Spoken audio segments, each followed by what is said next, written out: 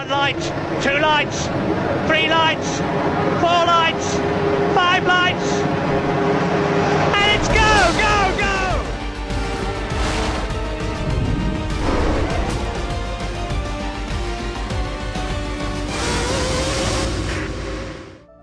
Formula One, the sport we all know and love. But have you ever stopped to wonder how we ended up spending our Saturday night shouting at our TV because Max just died by my favorite driver from a different time zone? No? Well, I'm going to tell you anyway.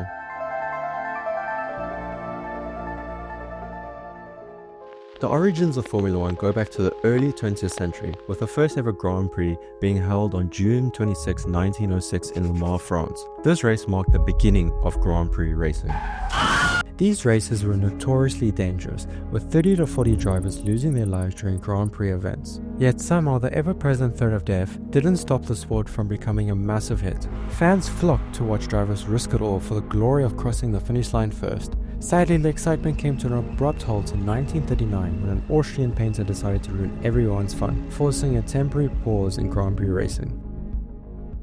Fast forward to after World War II, and with no need to churn out 300 tanks a week anymore, manufacturers thought, why not put all their energy into race cars? And so, they set their sights on making some of the fastest race cars in the world. In the late 1940s, various Grand Prix events were already popular in Europe, but they were loosely organized with different rules in each country. Kind of how like the 2021 Abu Dhabi Grand Prix decided to make up its own set of rules compared to the rest of the season. To bring some order to the chaos, the Fédération Internationale de l'Automobile, FIA, stepped in to create an official set of regulations dubbed Formula One. These were meant to cover car specs, race formats, and brace yourselves, safety standards. Alright, let's be real here. Safety standards in early F1 look something like this. Rule number 1. Good luck! Formula One officially launched with the first World Championship race on May the 13th, 1950. The staging ground was Silverstone. Legendary names like Alfa Romeo, Ferrari, and Talbot Lago all lined up on the grid. What? You've never heard of Talbot Lago?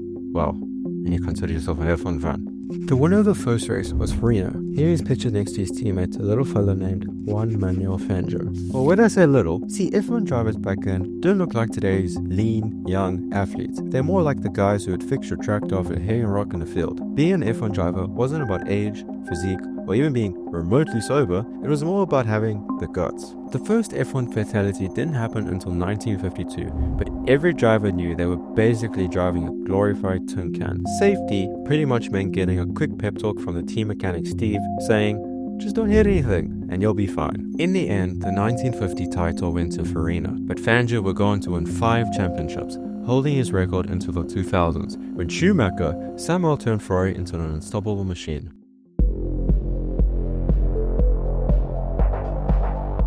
In 1957, the Cooper team showed up with a car that had its engine in a rather strange location. While it may seem normal to us modern F1 fans, in the 1950s cars typically had their engines mounted at the front. So when Cooper introduced a rear engine car, it was a revolutionary change within the sport. The rear engine design massively improved car performance and would help Cooper win the 1959 and the 1960 championships. By the end of the 60s, all teams ran rear engine cars. The 1960s also saw F1 grow in popularity, aided by television broadcasts and increased media coverage, which helped elevate the sport's profile globally. This may sound like a good thing, but don't let it distract you from the fact that this ultimately led to the creation of Formula One Twitter. Just saying. The 1960s produced icons like Jim Clark, who is widely regarded as one of the greatest Formula One drivers in history. Clark won 2 world championships in 1963 and 1965 driving for Lotus, known for his smooth driving style and extraordinary talent. Tragically, Clark's life was cut short when he was killed in a racing accident during a Formula 2 race in 1968. Drivers were beginning to speak up about the dangers of the sport even before Clark's fatal accident. In 1966, Jackie Stewart was involved in a crash at Spa.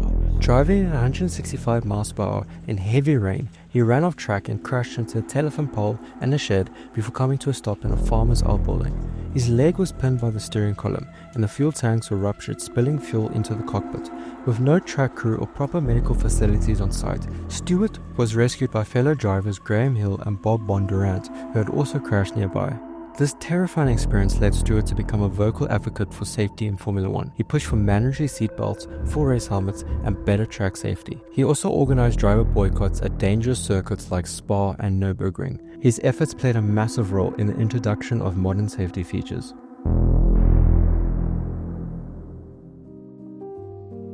In 1968, Lotus introduced a Formula One car which had wings, but instead of taking to the sky, these wings helped the car go around a corner faster than ever, something Lance Stroll still getting grips with. Needless to say, wings caught on. Engine size and the amount of guts the driver had were no longer the only two things needed to win in Formula One, as teams began to understand the importance of aerodynamics. This probably made for an awkward conversation with Enzo Ferrari. Wings weren't the only thing that started popping up on cars in the 70s. Notice anything unusual about this car? If it the condom sponsor, you'd be correct. See, in the early days of Formula One, cars didn't have logos plastered all over them like they do today. They just sported their country's colours. British cars were green, Italian were red, German cars were red, white and... they were just white. But that all changed in 1968 when Lotus struck a deal with a tobacco brand called Gold Leaf, covering their car in their brand colours and logos. This kicked off a sponsorship revolution. F1 cars became rolling ads and the sponsorship money poured in. It wasn't just about pen jobs anymore. These deals helped teams fund the ever-growing costs involved in racing in Formula One.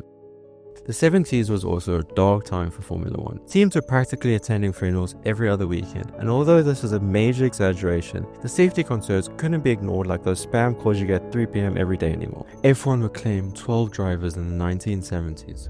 Amidst all the tragic loss of life, we had a legendary battle between Niki Lauda and James Hunt. Their title fight would go down to the final race of the 1976 season and would see Hunt take the championship by a single point. Although there's way more to the story than just that.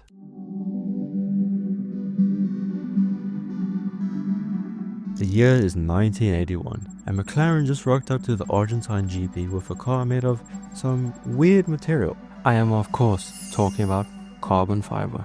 See, Formula One cars were always either made of aluminum, steel or fiberglass, which weren't nearly as strong as carbon fiber. Stronger also meant safer, so when John crashed his car into a wall, he only walked away with a slight headache and a few choice words. The 1980s was also the decade when F1 teams collectively decided, you know what, these engines just aren't insane enough. So naturally, they bolted on turbochargers. BMW, for example, produced an engine that pumped out a mind-bending 1,400 horsepower. And you may be thinking, whoa, that must be dangerous. However, luckily for the drivers, it was a bit difficult to crash and die when you were parked on the side of the track on lap 4. Reliability was such a nightmare that by 1989, FIA said, you know what, enough's enough, and turbos were banned entirely.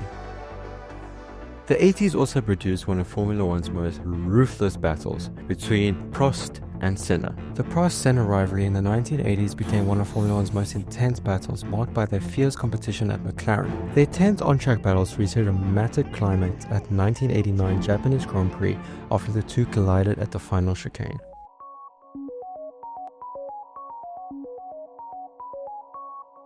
The 90s. The era it was socially acceptable to crash into your championship rival on purpose. After the FIA banned turbo engines in 1989, each engine supplier had its own approach to engine design, so we were treated to a glorious mix of V12s, V10s and V8s. Just take a listen.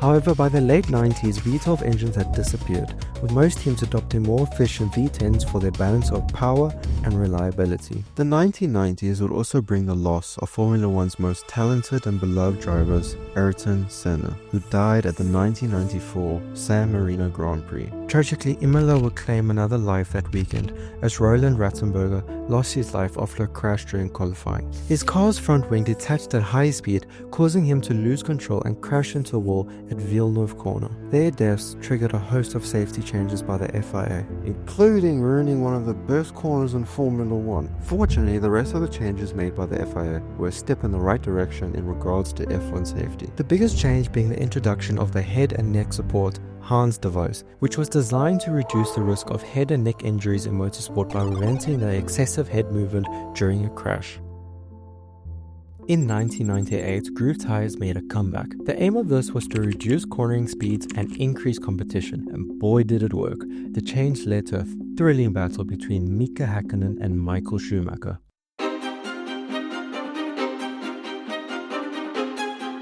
Enter the 2000s, and after a couple titles with Benetton, Michael Schumacher joined Ferrari and launched a golden era, winning 5 championships in a row. He even managed to do so without crashing into his championship rivals. Ferrari fans finally had a reason to smile. Briefly, before reverting to the natural state of disappointment by 2008. So, if you know a Ferrari fan, do them a favor and just give them a hug. F1 expanded its calendars in the 2000s with new races in Bahrain, China, Turkey, and Abu Dhabi. The 2008 Singapore GP would also be F1's first ever night race. But let's be honest, that's not why the race went down in history.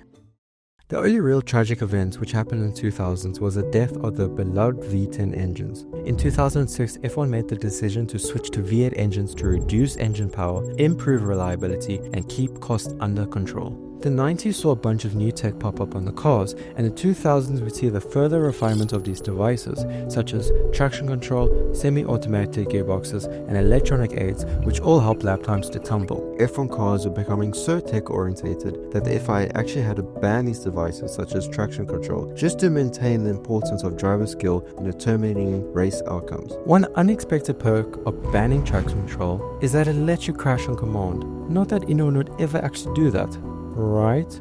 Well, tell that to Nelson Piquet Jr., who perfectly timed a crash at the 2008 Singapore GP to hand his teammate Fernando Alonso the win. This would become one of Formula One's biggest scandals. But that wasn't the only controversy from the 2000s, as in 2007, McLaren got caught red-handed with top-secret Ferrari documents, leading to a record $1 million fine and a boot from the Constructors' Championship. And yet, the biggest mystery from the decade that still sparks debate today is how Lewis Hamilton managed to pull off the greatest comeback of all time: his hairline. In 2009, Formula One introduced a new set of regulations to reduce the reliance on aerodynamic downforce and increase mechanical grip, with the goal of making wheel-to-wheel racing easier. And yes, Formula One switched back to slick tires and they ditched the grooves again. The season also saw the rise of Brawn GP, a team born from the ashes of Honda's withdrawal. Ross Brawn bought the team for just £1, and with the help of a clever double diffuser, Brawn GP went on to win both drivers and constructors titles. It was an ultimate underdog story. 2010 also saw the end of a Grand Prix tradition that had been around since race 1: refueling. The FIA banned refueling to improve safety and cut costs, completely changing race strategies. It also probably had something to do with preventing Ferrari from taking their fuel nozzles for a joyride again, but that's just my opinion.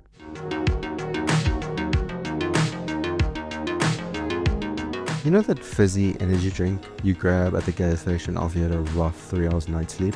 Red Bull? Yes, well, it turns out they're not just good at marketing, they're also experts at building Formula 1 cars. In fact, Red Bull Racing dominated the early 2010s, winning 4 consecutive championships. Unfortunately for Red Bull, as good as they were at designing cars, Renault, the engine supplier, were terrible at making turbocharged engines. So when the 2014 V6 turbo hybrid regs came along, Mercedes would take Red Bull's place on the top step of the podium. Mercedes would go on to win 8 constructors and 7 driver titles, and would see Lewis Hamilton equal Michael Schumacher's record of 7 driver titles. Although it wasn't all smooth sailing for Lewis Hamilton, who had his teammate Nico Rosberg giving him a run for his money. After many tense on-track battles, Rosberg managed to snatch the 2016 title away from Lewis. Then, in what can only be described as the most dramatic mic drop in Formula 1 history, Rosberg immediately retired.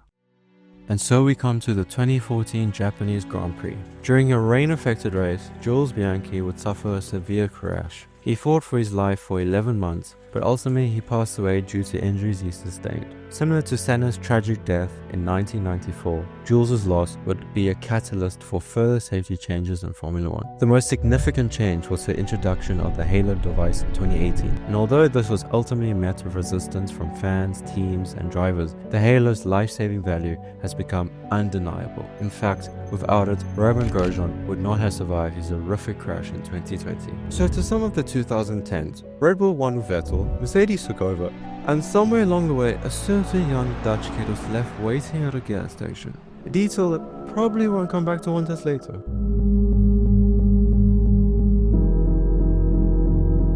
The 2021 season saw a nail-biting showdown between Lewis Hamilton and Max Verstappen, with Verstappen ultimately taking the championship in the final race, which definitely didn't cause any controversy for decades to come. Red Bull's resurgence ended Mercedes' reign of dominance. Unfortunately for us, Mercedes' dominance was just replaced by Red Bull Verstappen dominance. Ground effects first appeared in Formula 1 in the late 70s, but they were banned because of their unpredictable and dangerous handling characteristics. Fast forward nearly 40 years and the 2022 F1 regulations brought back ground effects. The idea was to make it easier for cars to follow each other and improve racing by reducing turbulence.